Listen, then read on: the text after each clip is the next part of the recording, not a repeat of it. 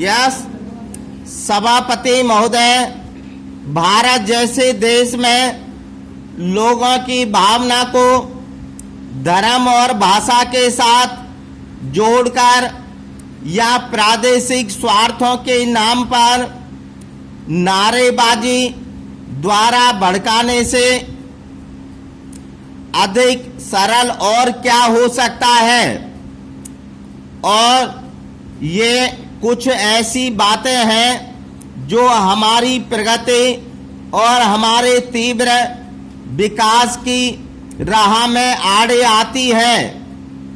पिछले दिनों मैंने इस देश में कुछ लोगों के कार्यों के बारे में फासिज्म शब्द का प्रयोग किया था। मैंने इसका प्रयोग हल्केपन से नहीं किया था, जैसा कि प्राय किया जाता है। अगर हमारी समझ से कोई व्यक्ति निरंकुश ढंग से काम करता है तो हम उसके संदर्भ में विभिन्न तानाशाहों के नाम लेते हैं। फासिज्म, नाजिज्म जैसे शब्दों का प्रयोग करते हैं, लेकिन मैंने उस शब्द का प्रयोग ढीलेपन से नहीं किया था। मैंने उसे उसके प्रति उसके अति विशिष्ट अर्थों में इस्तेमाल किया था। उस प्रणाली ने एक विशेष देश में जो कुछ किया उसे ध्यान में रखकर फुल स्टॉप, वह उस शब्द का आम प्रयोग नहीं था। आज ऐसे दल मौजूद हैं जो सोचते हैं कि हमारे देश में कोई एक समूह या धर्म अन्यों से श्रेष्ठतर है। यह उसी का एक पहलू है जो हिटलर ने कहा था और किया था। सवाल केवल कथन का नहीं था। बातें हम में से बहुतेरे लोग करते हैं, लेकिन हिटलर ने एक पूरे समुदाय का, लाखों लोगों का विनाश करने की और कदम बढ़ाया। केवल शब्दों द्वारा नहीं, बल्कि सचमुच कदम उठाकर लाखों को प्रताड़ित किया गया और मौत के घाट उतार दिया गया।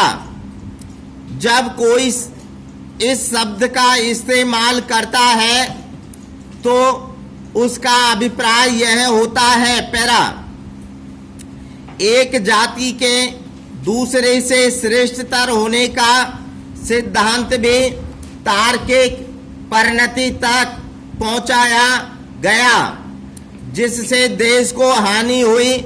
यहूदी जाति के लोगों को, चाहे वे वैज्ञानिक रहे हों या कलाकार, उनकी जाति के कारण प्रताड़ित किया गया।